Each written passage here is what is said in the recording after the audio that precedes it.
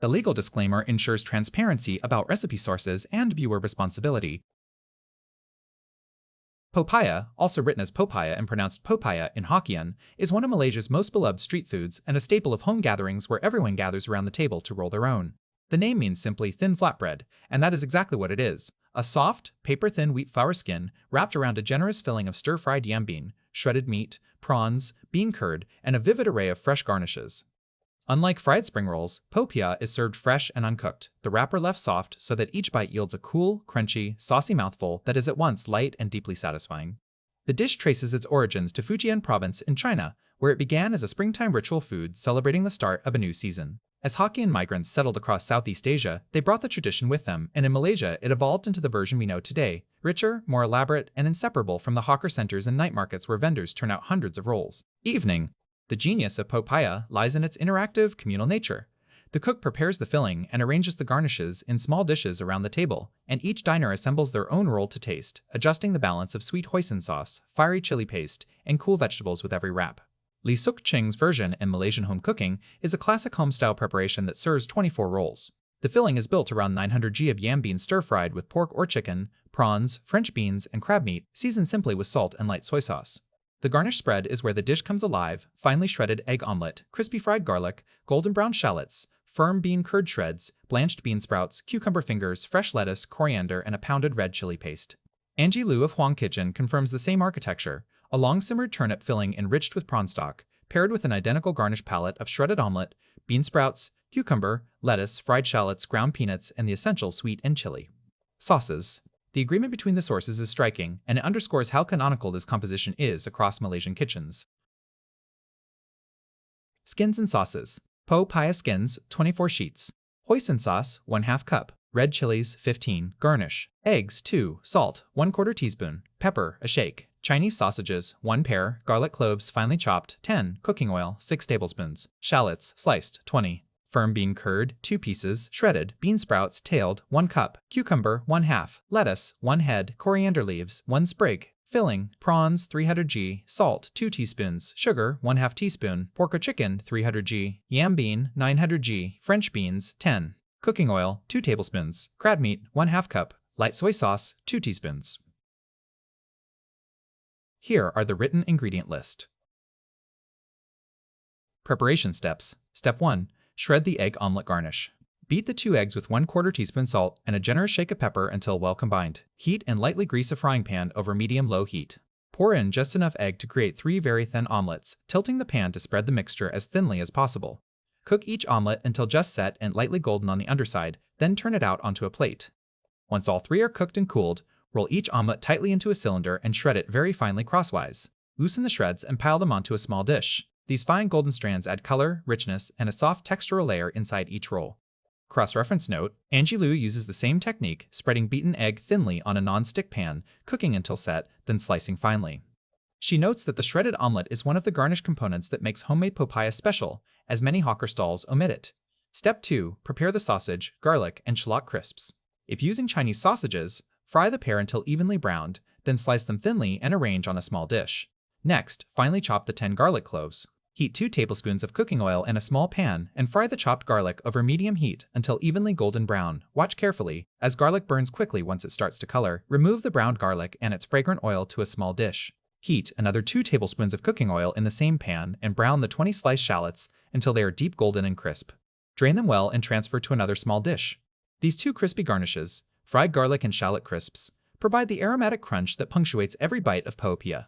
Cross-reference note: Huang Kitchen prepares both ground fried garlic and fried shallots as essential garnish components.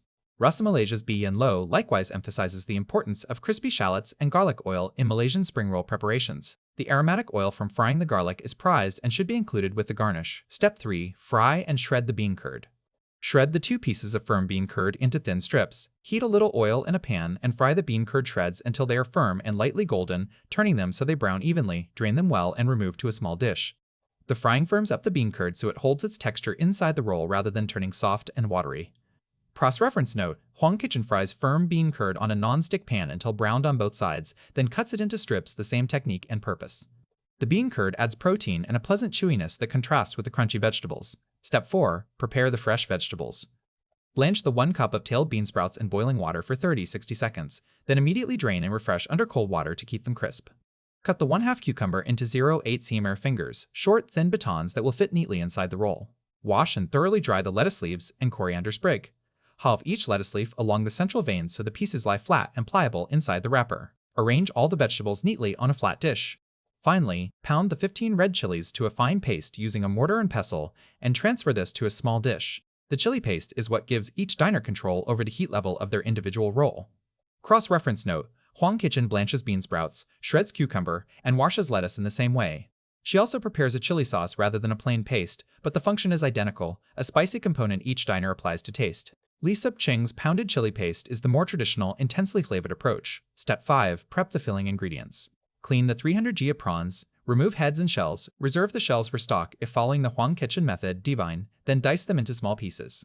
Season the diced prawns with 1/2 teaspoon of the salt and 1/2 teaspoon of the sugar, set aside. Clean the 300 g of pork or chicken, parboil it briefly in boiling water until just cooked through, then shred the meat finely along the grain. Peel the 900 g of yam bean and cut it into thin matchstick strips about 5 cm long.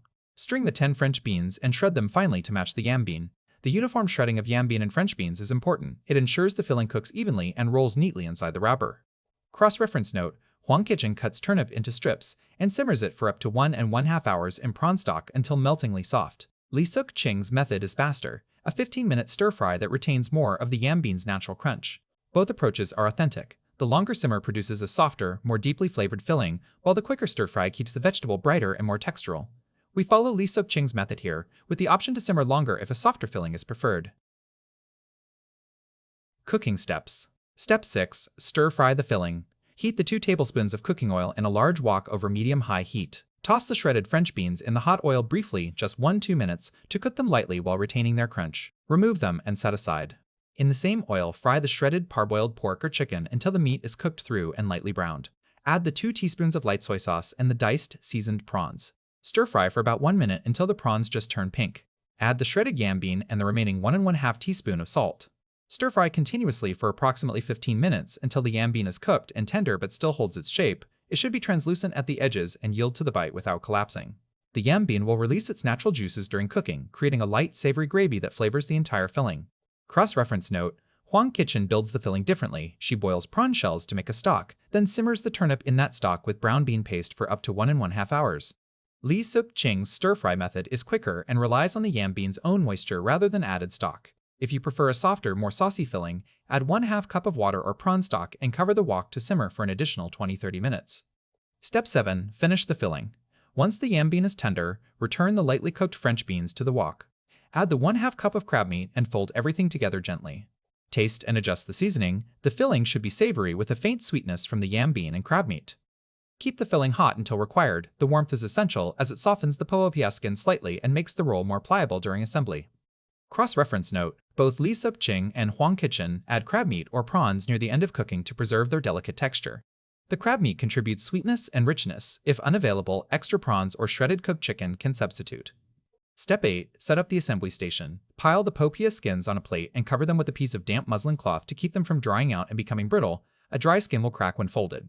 Place the hot meat filling in a deep dish in the center of the table. Arrange all the garnish dishes: shredded omelet, fried garlic and its oil, shallot crisps, fried bean curd shreds, blanched bean sprouts, cucumber fingers, lettuce halves, coriander sprigs, pounded chili paste, and hoisin sauce, attractively in small dishes around the filling. Poh Piah is meant to be assembled and eaten immediately, so set everything out before calling people to the table. Step 9. Roll the Poh Piah. To assemble each roll, place a Poh Piah skin flat on a plate. Lay a piece of half lettuce leaf on the lower third of the skin. The lettuce acts as a moisture barrier, preventing the filling's gravy from soaking through and softening the wrapper prematurely. On the lettuce, spread a thin layer of hoisin sauce and a dab of pounded chili paste, adjusting the amount to taste. Place a little of each garnish on top of the lettuce, a small pinch of shredded omelet, a few bean curd shreds, some blanched bean sprouts, 2–3 cucumber fingers, a sprinkle of fried garlic and shallot crisps, and a coriander sprig. Finally, spoon about 1 tablespoon of the hot filling, drained of excess gravy, on top of everything. Fold in the left and right sides of the skin first, then fold up the bottom edge over the filling. Tuck it in firmly and roll upward to seal. The roll should be snug but not overfilled, or the skin will tear. Eat immediately. Cross-reference note: Huang Kitchen assembles in the same order: sauce, lettuce, bean sprouts, cucumber, filling, omelet strips, peanuts, shallot crisps, then folds the sides and rolls up like a Swiss roll. She also adds roasted ground peanuts, which Lee Suk Ching does not include, but which is a common and delicious addition in many Malaysian households. Feel free to add a sprinkle of crushed roasted peanuts if desired. Step 10. Serve. Poh Piah should be eaten the moment it is rolled, while the skin is still soft and pliable and the filling is still warm.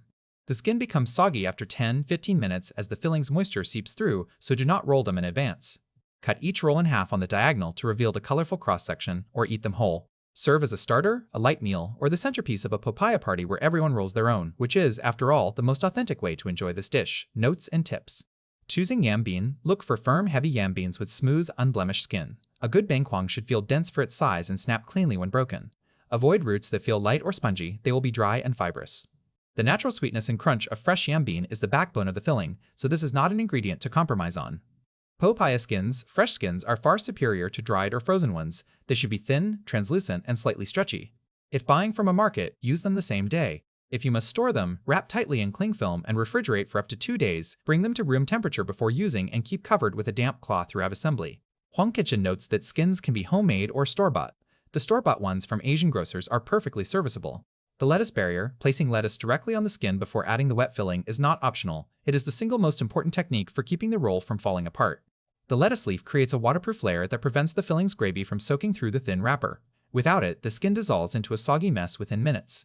Make ahead strategy. The filling can be cooked entirely in advance and refrigerated for up to 2 days. In fact, it improves overnight as the flavors meld. Reheat gently before serving.